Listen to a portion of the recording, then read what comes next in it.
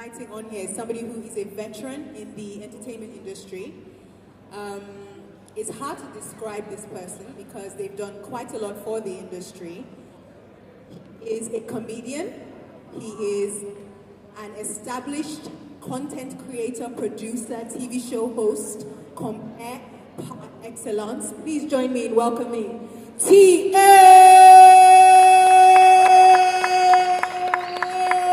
Oshie baddest. How did I do? It kind of felt. So these are all the people I've been calling and embrace feeling. it. Be good in that amount of time. All you gotta do is disguise it. Put a girl in a lot of positions. That's what I do. I put you in like 9 positions in 23 seconds. I'm not playing. Everything the Russians say sounds dangerous and menacing. Before we talk about Eco Comedy Fest, it's sort of in this question anyway. You have hosted Neck Live for 7 years, consistently. For free. For free. Not one kobo. Not a single dime. And God will judge. Isn't he such a great guy? And God will judge the convener of the conference. Because I don't know how somebody can use somebody for 7 years.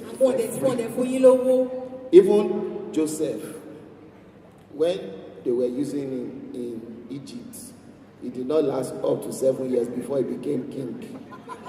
So maybe next year, things will turn around. I will take over the conference. All right, so hosting Neck Live for several years obviously gave you a bird's eye view of what it takes to bring a community together, not just the people who are directly involved, but the ancillary people, so everybody who is in support organizations and things like that.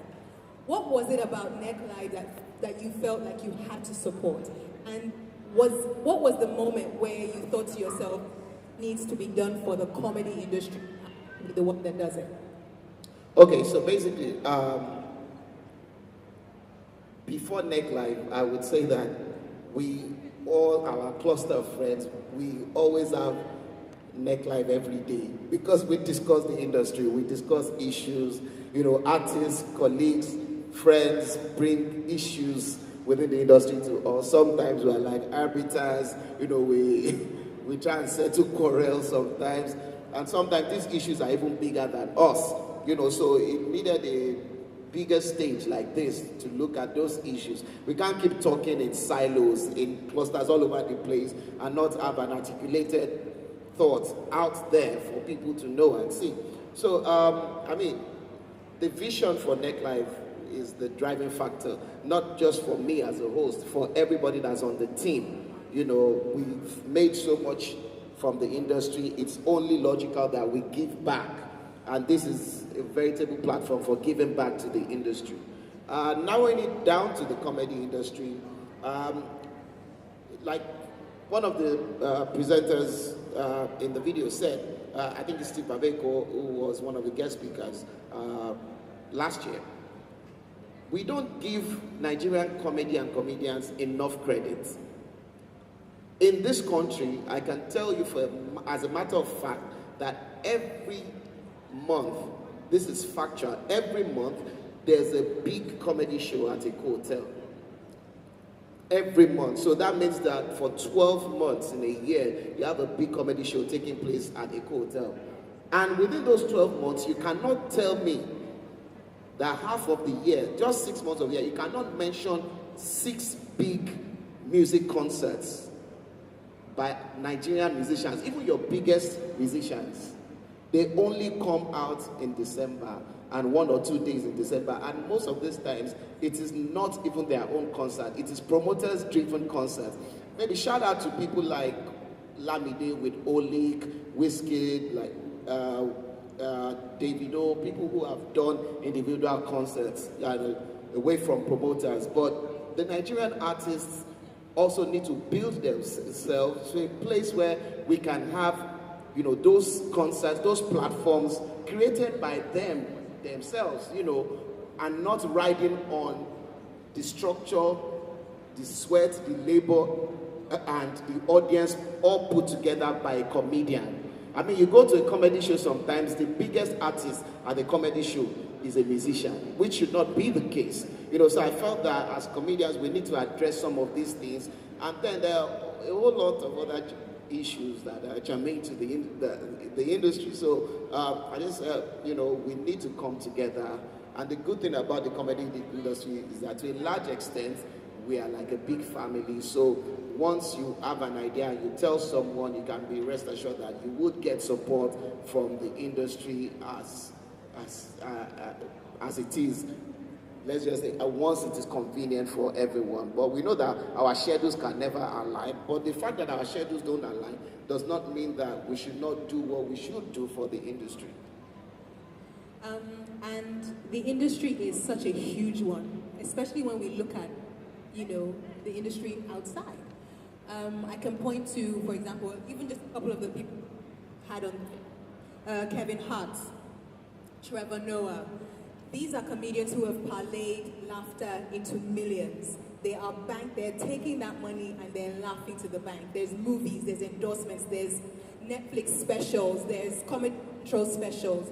Now, what do you think is the missing piece for our own Nigerian comedians in terms of going on bigger platforms, having opportunities and tapping into them so that they can be on this same kind of path? Okay, so I honestly wish that the DSTV guys were still here, because the only missing link for the Nigerian comedy industry right now is corporate sponsorship and support. Sometimes when we say sponsorship, it does not even necessarily have to be cash. We don't need your money. Alibaba has said it a lot of times, that we don't necessarily need handouts. We don't need money. Give us the enabling environment, we will make our own money. It is that if you give me a venue that is as big as a co-hotel at half the price of a co-hotel, don't worry about how I fill it up. Do you get what I'm saying? So when I want to do a show in Landmark, for instance, the government does not have a venue like Landmark. So this is a private enterprise and it is for profit.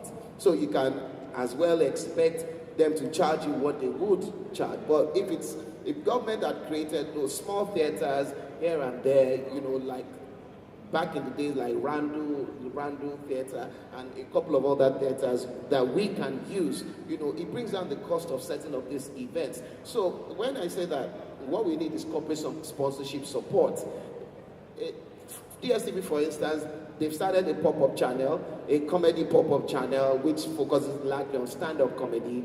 Nothing stops DSTV from commissioning an Alibaba special, a basketball special, a TA special. This is what is done abroad. It is not science. The same way they have the rights for Big Brother, they can create rights for TV specials for comedians. It is a no-brainer. Do you get what I'm saying? So if DSTV does it, if AIT does it, if Silverbird, for instance, does One Night with IK, these are the things that get the industry moving. This is the thing that makes the industry abroad. This is what we envy about the industry abroad. Because a comedian abroad, like Dave Chappelle, for instance, Kevin Hart, name them. Everyone that does a special, none of them fund it. It is the networks that, that commission you to do a special. In the days of Eddie Murphy decided he wanted to do a video special, which went on sale and broke all records. He did Raw, he did Delirious. People latched onto that. There was a time of Def Comedy Jam.